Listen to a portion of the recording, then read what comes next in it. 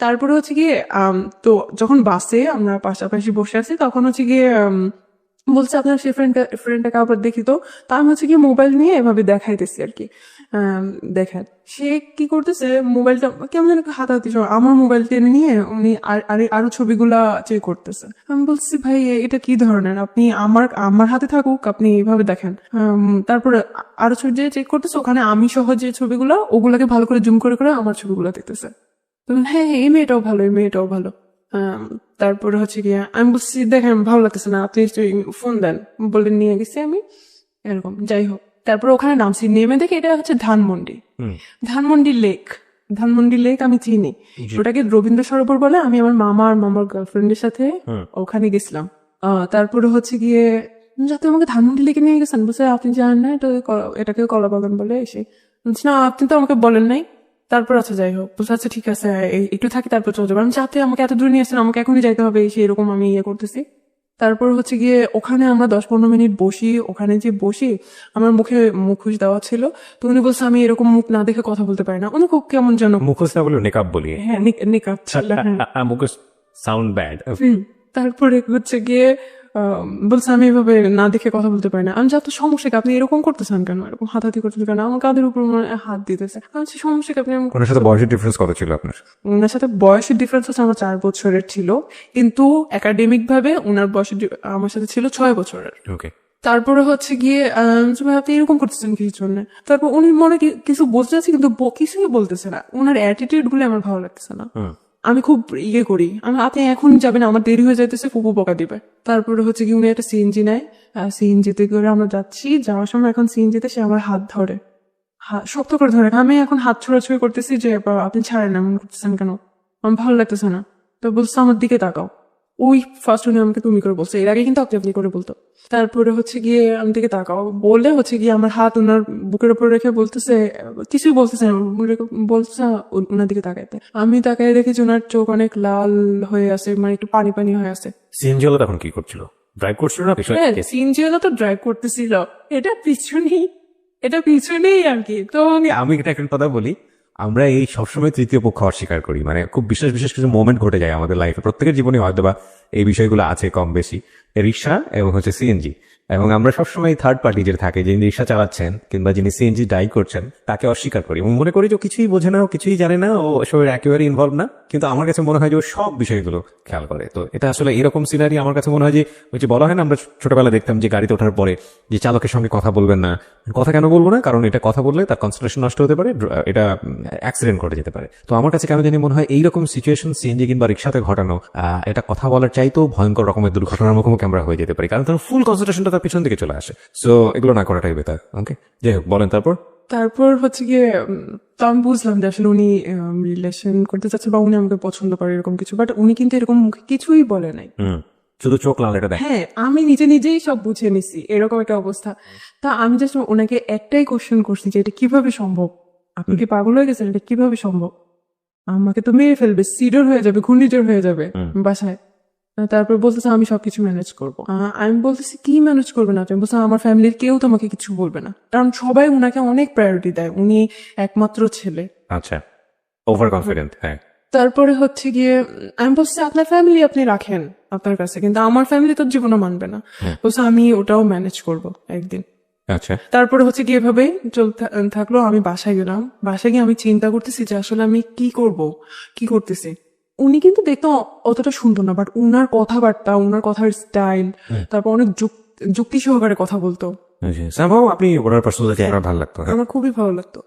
বাসায় যে আমি চিন্তা করলাম উনি হয়তো আমার রিলেটিভ, উনি আমাকে ধোকা দিবে না, কারণ আমি ততদিনে বুঝে গেছি ঢাকায় কি হচ্ছে না হচ্ছে, রিলেশন মানে কি, বা কয়েকদিন নিয়ে করে টাইম পাস করে চলে যায় সে। উনি আমাকে হয়তো ধোকা দিবে না, উনার কাছে আমার প্রায়োরিটি থাকবে, ছেড়ে যাবে না। এই তাছাড়া ওনার সাথে আমার বয়সে ভালো ডিফারেন্স আছে, উনি ভালোভাবে স্টাবলিশ হতে পারবে, হয়তো আমি ভালো থাকবো। এই চিন্তা করে আমি শুরু হইলো রিলেশন। মানে আপনি ওকে করলেন ফাইনালি, যে ঠিক আছে ঠিক আছে আমার দিক থেকে ওকে। তখন আপনি ইন্টার সেকেন্ড ইয়ারে পড়ছেন না ফার্স্ট ইয়ার? তখন হচ্ছে গিয়ে ইন্টারমিডিয়েট শেষ, আমি ভার্সিটিতে ভর্তি হবো আর কি নভেম্বর, মানে অ্যাডমিশন টেস্টের জন্য প্রিপারেশন নিচ্ছেন ওই সময়টা? হ্যাঁ, পরের দিনই আমরা ঘুরতে যাই। তো আমি তখনও বুঝে উঠতে পারি নাই জিনিসটা কি। একটা পাবলিক প্লেসে একটা পার্ক, বাট রাস্তা আর কি ভিতরের দিকে না, রাস্তার দিকে মানুষ যাওয়া আসা করতেছে, অনেকে জগিং করতেছে এই সেই। ওই জায়গায় সে আমাকে টান দিয়ে ধরে হচ্ছে গিয়ে ফার্স্ট কিস করে। আমি খুব শকড হই, আমি খুবই লজ্জা পাই, আমার হাত পা তখন কাঁপতে থাকে, খুবই অবস্থা খারাপ, কারণ আমি তখনও ভাইয়া ডাকি, আমি 3 মাস পর্যন্ত ভাইয়াই ডাকতেছিলাম। Basically he was super fast এবং আপনার জায়গা থেকে আপনি একদম, হ্যাঁ, আমি premature। খুব শক হই আর কি। যাই হোক, ফার্স্ট থেকে আমি দেখছিলাম উনি খুব অন্যদিকে আর কি। তো আমি ভাবতে, উনি বলতো যে ইন্টেন্স গুলো ভালো লাগতো না। ভালো লাগতো না, কিন্তু তারপর দিকে আমি চিন্তা করতাম, আচ্ছা ঠিক আছে, সেটা আমার বয়ফ্রেন্ড বা আচ্ছা ঠিক আছে, আমি পরে এটাকে আবার ইজি ভাবে নিতাম, কিন্তু ফার্স্ট ভালো লাগতো না। পরে তারপরে হচ্ছে গিয়ে কথাবার্তা হয়, সবই ভালো ঠিক আছে। 2 মাস পরে সে না অন্যদিকে কথাবার্তা বলে, অন্য কিছু চায় আর কি। তো আমি বলতেছি ঠিক আছে, আপনি তাহলে আমাকে বিয়ে করেন। তো বলতেছে যে বিয়ে কি, বিয়ে জিনিসটা কি? আমি বলছি, বিয়ে কি মানে? বলতেছে যে আমি যদি বলি হ্যাঁ, তুমি যদি রাজি থাকো তাহলে এটাই বিয়ে, এটাই ইয়ে। এটা কোনো কথা, কোনো লিগেল কিছু নেই। বলছি লিগেল কি, ওটা জাস্ট আ পেপারস। তুমি তোমার বাবা মায়ের কাবিননামা দেখছো কখনো? তার মানে কি তারা লিগেল না? এরকম। তুমি তোমার দাদা দাদির ম্যারেজ সার্টিফিকেট দেখছো, তার মানে ওরা লিগেল না? এরকম উদ্ভট লজিক দিত। তো মাঝে মাঝে আমি খুব বলতাম, এগুলো উল্টা পাল্টা লজিক দিতেছেন কিসের জন্য। মাঝে মাঝে ইয়ে করতাম, মাঝে মাঝে ও আমাকে এমন ভাবে বুঝাই দিত যে ওটাই সঠিক, আমি ওটাই বুঝতাম। তারপরে আচ্ছা ঠিক আছে, হইলো কিছু একটা। তারপরে হচ্ছে গিয়ে আমি তখন থেকে ভাবতাম ওকে, সে আমার হাজব্যান্ড। মানে ওর প্রস্তাবে আপনি আলটিমেটলি সামহাউ আমাকে ওভাবে তৈরি করে নিছে, ওভাবে আমার মাথার মধ্যে দিছে, তুমি আমার ওয়াইফ, আমি তোমার ইয়ে। এটাই হচ্ছে গিয়ে বিয়ে। ওকে, সো আপনি এটা এগ্রি করেছেন? হ্যাঁ, কারণ আমাকে এমন ভাবে আমি যখন জিজ্ঞেস করতাম এইটা তাহলে কি, ওইটা তাহলে কি, ও ওভাবে বুঝাই দিত সুন্দর করে। ওকে। একটা 3-4 মাস পরে হচ্ছে কি ও এগুলা আমার ফ্রেন্ড সার্কেল এগুলা নিয়ে ইয়া করতো। আমি হচ্ছে কি আমি খুব গল্প পাচ্ছিলাম, বলতাম না, আমি হচ্ছে কি ও খুব কম সময় দিত আমাকে। যদি দিনে 1 মিনিট কথা হইতো, আমি ভাবতাম যে অনেক কথা হয়ে গেছে এরকম। বাট ডাকার সময়, যখন দেখা করতাম, ডাকার সময় ওই পর্যন্তই, ওগুলা ঠিক আছে, তেমন কোনো কথাবার্তা নাই, শুধু ওই জন্যই ডাকতো, আর কোনো কথাবার্তা নেই। ওকে। বলতো আমি বিজি, আমি অফিসে সেই হ্যান অফিস করতো। হ্যাঁ, আমি বিজি সেই হ্যান, আমি পারি না, বসটা থাকে সামনে, কলিগরা থাকে, কথা বলতে পারি না। তার 1 মিনিটও দিনে ইয়ে হইতো না। আমি বলছি সিগারেট খাওয়ার টাইম তো অ্যাটলিস্ট আমার সাথে কথা বলতে পারেন। আমি আপনি করে বলতাম, কখনোই তুমি করে বলি না। অনেক অনেক সম্মান করতাম, যা বলতো তাই বিশ্বাস করতাম যে ওটাই রাইট বলতে। আর মাওলানা, তারপরে হুজুর, এদের বিরুদ্ধে অনেক কথা বলতাম। ওদের এইসব জিনিস আমার ভালো লাগে না। এরা এখন নতুন নতুন এইসব রুলস তৈরি করে, ধর্ম ব্যবসা করে, এই সেই এগুলা। কারণ আমি বলতাম ও আচ্ছা হ্যাঁ ঠিক আছে, এমন ভাবে বুঝাই দিত, আমি ওভাবে ইয়ে করতাম। তো আমি একদিন ওকে ইয়ে করতেছি যে আমার একটা ফ্রেন্ড অস্ট্রেলিয়ায় গেছে স্টুডেন্ট বিষয়ে।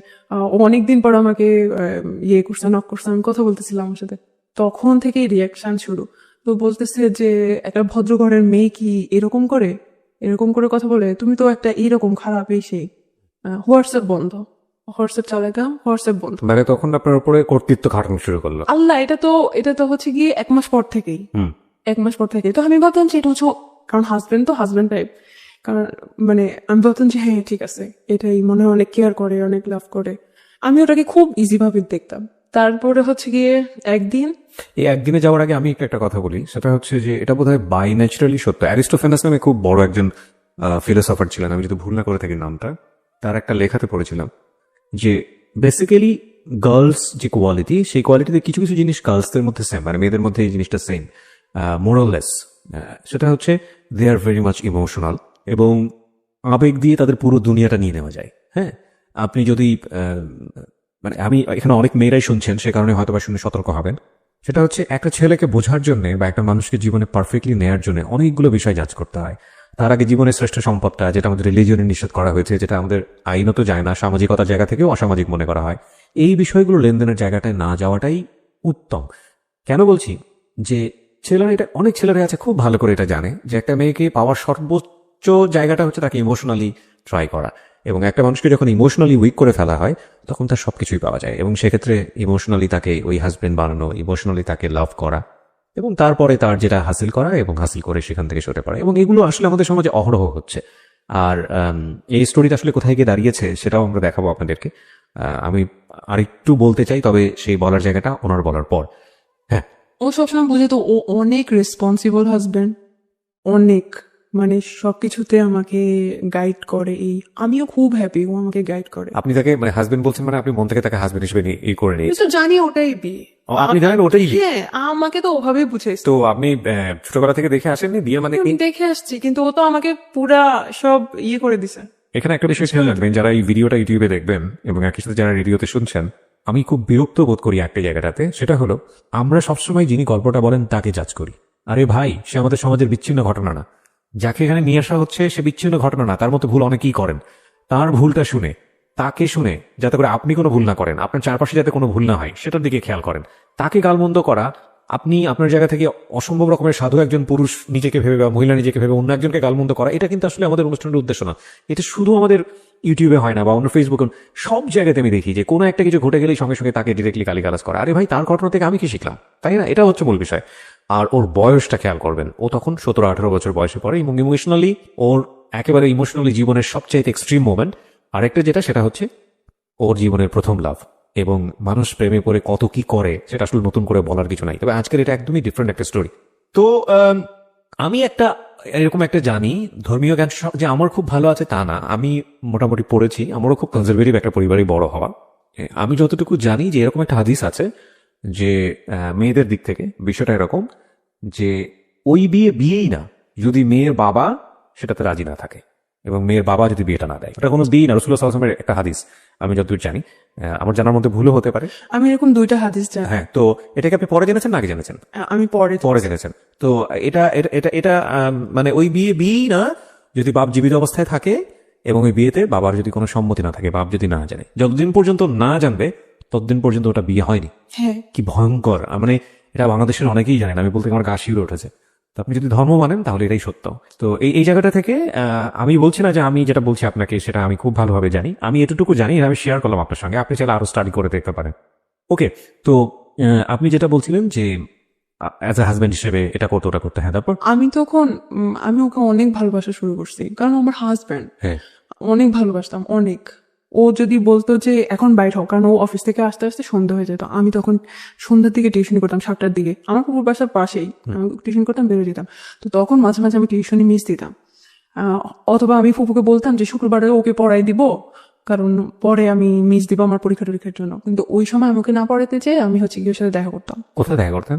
কোথাও চা খাইতে যেতাম রাস্তায়। তো আপনার ইন্টেন্স মোমেন্ট গুলো কোথায় পাস করতেন? ওটা ওর বাসাতে? ওর ওর হ্যাঁ, তোর বাসায় আর কেউ ছিল না? ওর বাসায় এমন সময় আমাকে ডাকা হতো যখন কেউ থাকতো না। ওকে, ওটা খুব ব্যাড এক্সপিরিয়েন্স ছিল। আমি যে কিভাবে লুকায় লুকায় যাইতাম, ও আমাকে লুকায় লুকায় ঢুকাইতো, ওটা খুব, আমি মাঝে মাঝে খুব গিল্টি ফিল করতাম যে আমি তো ওর ওয়াইফ, তাহলে আমাকে কেন লুকায় লুকায় যাও। আমি নিজে নিজে এটা চিন্তা করতাম। আচ্ছা, যাই হোক।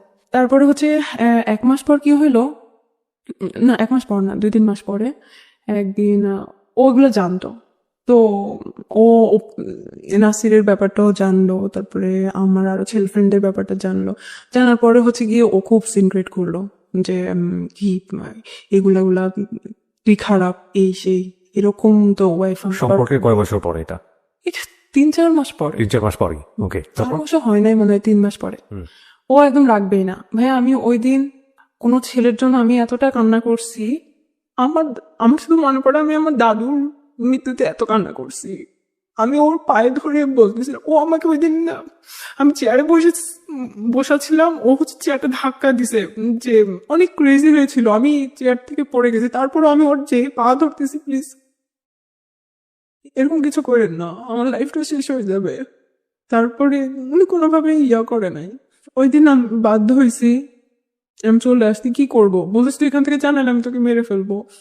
তারপর হচ্ছে গিয়ে আমি চলে গেছি বাসায়। আচ্ছা, আমি একটা কথা আপনাকে জিজ্ঞেস করি। একটা যেটা হচ্ছে যে বিয়েটার কথা উনি আপনাকে বলে আপনাকে এই কাজটা করিয়েছে, সেই বিয়েটা নিয়ে আপনার সন্দেহ ছিল বা আপনি হিপনোটাইজ ছিলেন, আমি যে কথাটা যদি মেনেই নেই, তাহলে আপনার ভেতর থেকে কি কখনো এরকম একটা প্রশ্ন আসেনি? প্রচলিত বিয়ে আমাদের যেটা বোঝায় ধর্মীয় রীতি অনুযায়ী, ওই বিয়েটা তুমি যেহেতু করছো তাহলে প্রচলিত বিয়েটাও করে ফেলো, এখানে কিন্তু সেটা এখন করবো না, কারণ হচ্ছে গিয়ে এটা জানাজানি হয়ে যাবে ফ্যামিলিতে, আমাদের রিলেশন নষ্ট হয়ে যাবে। তোমার এখনো পড়াশোনা বাকি তো আছে। জানাজানি হবে ফ্যামিলিতে যে পরেই যেহেতু করবো, তো বিয়ের পরের যেসব বিষয়গুলো সেগুলো বিয়ের পরে করো, বিয়ের আগে করার দরকারটা কি? বাট সে থাকতে পারতেছে না। থাকতে পারতেছে না বিষয়টা হচ্ছে actually this is a very simple logic. একটা ছেলে এবং একটা মেয়ে পরিণত বয়সে পাশাপাশি থাকলে যে ঘটনাগুলো ঘটার কথা, মূল যে জায়গাটায় গিয়ে সবকিছু থামে, যে জায়গাতে গিয়ে আসলে সবকিছু স্ম্যাশড হয়, সেই জায়গাটাই যাওয়ার রাস্তাটাই আসলে হচ্ছে হলো দুজন পাশাপাশি থাকা। এবং এই জন্যই বোধ হয় যে মানে ডিস্টেন্স জিনিসটাকে সাপোর্ট করে অনেকে, যে সম্পর্কের জায়গাটা থেকে ডিস্টেন্স রাখাটা প্রয়োজন। বিয়ের আগ পর্যন্ত যেসব ডিস্টেন্স রাখলে বৈবাহিক পরবর্তী যে সম্পর্কগুলো সেগুলো জীবনে আসে না, সেই ডিস্টেন্সটা রাখা প্রয়োজন। প্রচুর লজিক আছে আসলে, একটু যদি ঠান্ডা মাথায় চিন্তা করেন আজকের এই গল্প। তারপর কি হলো, আপনি মেনে নিলেন? তারপর আমি চলে গেলাম বাসায়। আর হচ্ছে কি ওই 1 মাস আমার লাইফের খুব টার্নিং পয়েন্ট ছিল। হ্যাঁ, তখন হচ্ছে কি আমি যখন ভার্সিটিতে, তখন নতুন নিউ সেমিস্টার, তখন আমাদেরকে মাত্র সি প্রোগ্রামিং শেখাচ্ছে। আমি কিন্তু খুব ভালো স্টুডেন্ট, আমার ভিতরে একটা কম্পিটিশন নিয়ে, আবার যে ওখানে আমাকে ফার্স্ট হইতে হবে, এইরকম একটা মেন্টালিটি নিয়ে আমি ওখানে ভর্তি হয়েছি। ওই প্রোগ্রামিং আমার আর শেখা হয় না। ওই 1 মাসে অলরেডি ওরা অনেক দূর আগে গেছে, আমি এখন পর্যন্ত শিখতে পারি না। মানে ওটা আমার life- মেন্টালি সবচেয়ে ওটা আমার লাইফে সবচেয়ে বেশি ভয়ঙ্কর মানে আফসোস যে আমি সি প্রোগ্রামিং শিখতে পারি না। ওকে। যাই হোক, তারপরে হচ্ছে গিয়ে ওই 1 মাস এমন অবস্থা, আমার খাওয়া দাওয়া তো বাদ। তারপর শুধু